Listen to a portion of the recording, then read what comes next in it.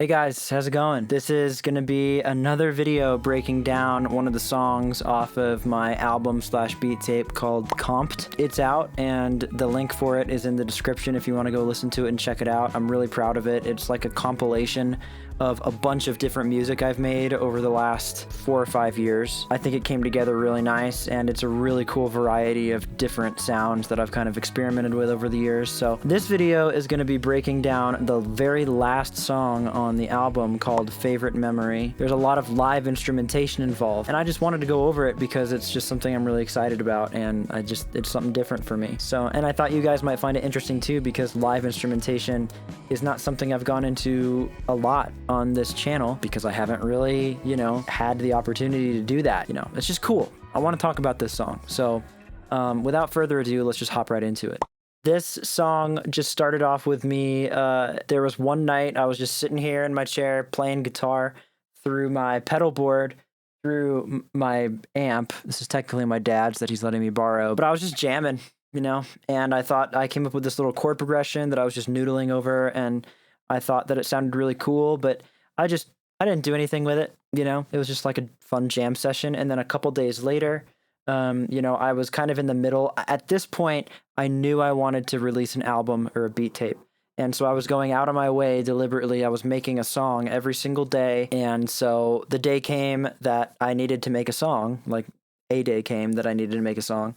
And I was like, let me try and jam with that chord progression idea I came up with the other day and do my live drums and do, all that stuff, whatever. I think what I started off with the guitar because that's what sparked the idea of this track. But the first thing I recorded was the drums so that I could, when I played the guitar and the bass, I could follow along. This is what the drums sound like, just all on their lonesome.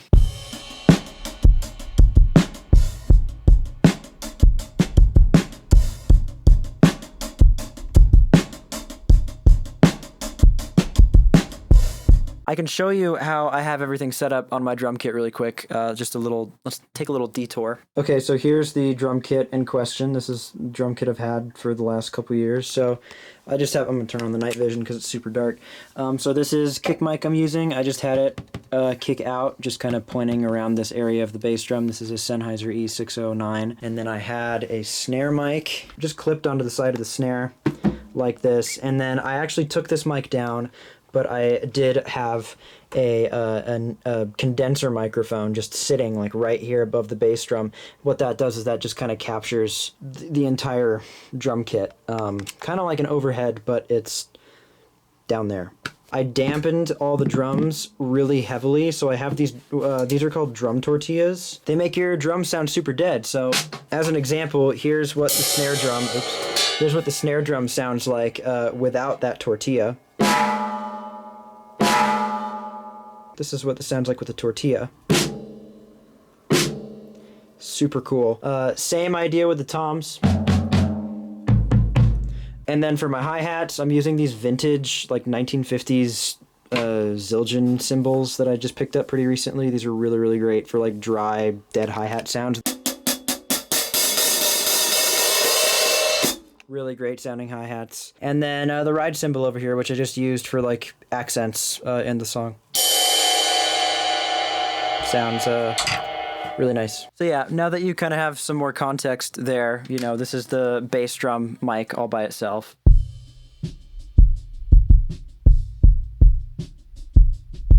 But it's running through a big low boost down in the bass. And then it's running through this UAD distressor, which is leveling it out pretty good and adding some, saturation, which is cool. Snare mic.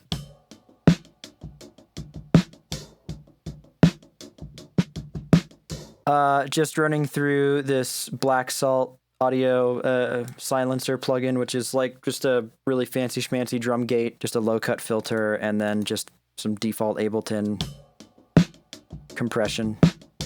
And then this was the knee mic.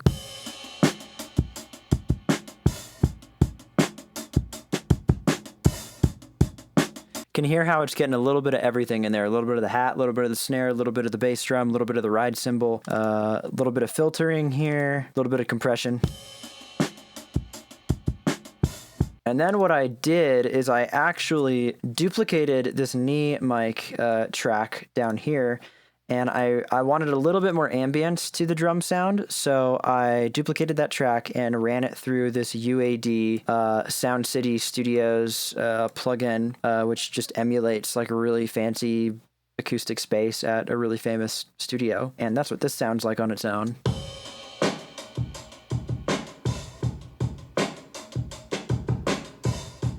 And then I'm bussing all those drum tracks together with my drum template effects rack. Just some glue compression, a little bit of Sound Toys radiator, a little bit of Fab Filter, warm tape with the drive cranked almost all the way, and then kind of my special sauce Pro Q preset for drums. It looks like I'm also running it through some RC20, which I actually forgot about. None of the EQ stuff is active, but I'm running it through some warble, some distort, and some of the magnetic tape interference stuff. Then we move on to, I think what came next, what probably most likely came next was the guitar. That's what this sounds like.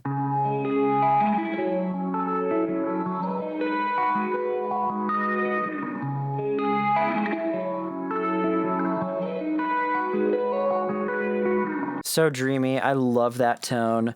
That is being recorded through my guitar amp and my pedal board. So let's go on another detour really quick, just so I can show you how I captured this sound. This is the pedal board I used. I think the only pedals I used for this guitar tone were this Wampler Ego compressor. Excuse the dust. I live in the desert and I just don't dust my stuff as much as I probably should. Oh, I ran it through this filter. That's right. This is a low cut filter, an analog low cut. High cut filter, I'm sorry. This just kind of lo-fi's it up. I was going for very much so a Krungbin guitar tone, Mark Spear. And then I ran it through this phaser right here, this Boss PH3. And then I ran it through the Strymon, excuse the dust. This is the Strymon Big Sky, and I think I had it on the spring setting. And then I ran all that into my dad's Fender Bandmaster that he's letting me that he's loaning me. This is like I think it's a 1963 head that he's had ever since he was, in high school. And then this cabinet is a Mojotone 2x12 Bassman cabinet with Jensen speakers in it. Jensen C12s, I think, which are the same speakers that were in the original cabinet that came with the Bandmaster back in the day. So this is essentially a Bandmaster cabinet. And then I mic'd all that up with this Sennheiser E609, just kind of hanging, over the amp like that, and it was hanging like somewhere around here.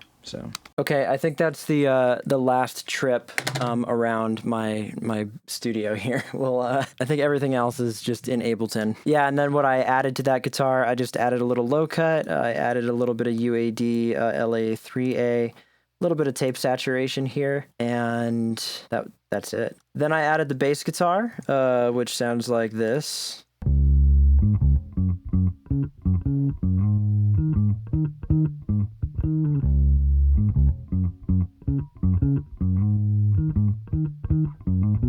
I just DI'd this and ran it through this plugin. It's Brainworks, that's what it is. It's a Brainworks Ampeg B15 amp, and then I just ran that through some compression, some LA2A to kind of level things out, some more tape saturation here, and then a little bit of a mid bump. Then kind of the cherry on top for the instrumentation here was this ambience that I added in, which is just this.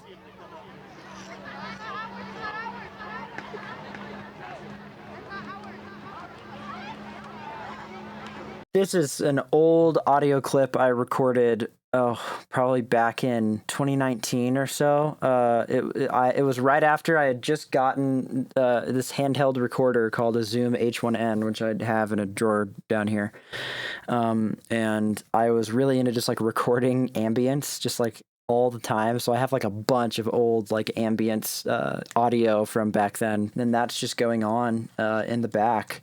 And then the very last thing I added was, again, I was very Krungbin inspired, as, I'm sure probably most of you could tell by this song if you've heard Krungbin before. I wanted to add like some really kind of almost background vocals, like I didn't want the vocals to be too up front. Like, I wanted them to kind of be a little more back, kind of like they are in Khruangbin's music. But I just quickly like wrote some lyrics, and then I just sang all these takes down here in one take. Each of these is one take. I just cut out the breaths in there, and it's just 4 layers of my voice. That's what these sound like on their own. You were my favorite memory.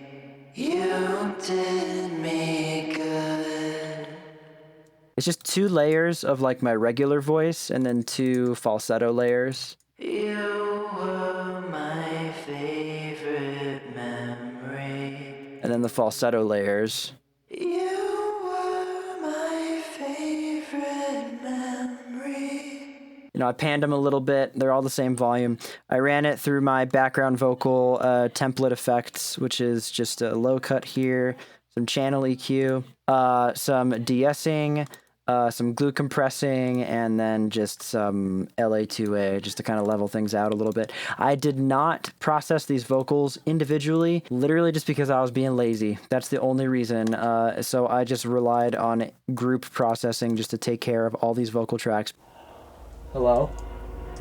Did I just hear someone scratch on my door?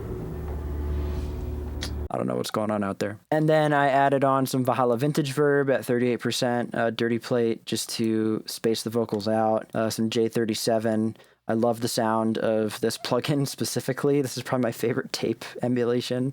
Even though I have all the UAD ones and stuff, there's just something about the J37 I just can't shake. Oh God, this J37 just sounds so good to me. And then just a little bit of Pro Q doing some stupid stuff. And then the vocals, the ambience, the bass guitar, and the guitar are all being sidechained to the bass drum a little bit.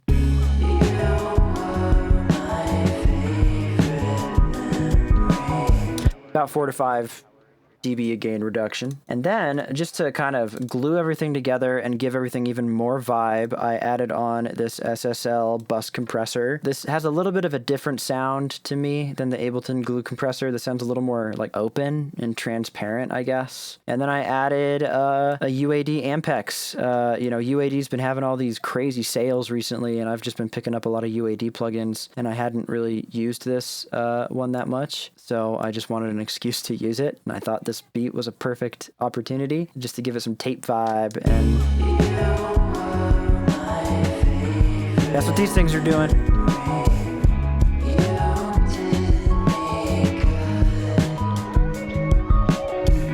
And that's it. That's the whole song, but a really pretty song, I think. I'm really happy with it, and, you know, it's very Khruangbin inspired, but I really like the way it sounds. I think it's a really cool way to end the album. So yeah, that's Favorite Memory, the closer of my new album, Comped. If you want to listen to the whole album and you want to hear this song in its entirety as well, the link will be in the description to go stream Comped wherever you want. Let me know what you think down in the comments below. I'd love to hear your thoughts on the album and if you're digging it. And thanks to those of you who have heard it already. But yeah, thank you so much for watching, and I'll see you in the next one. Peace out.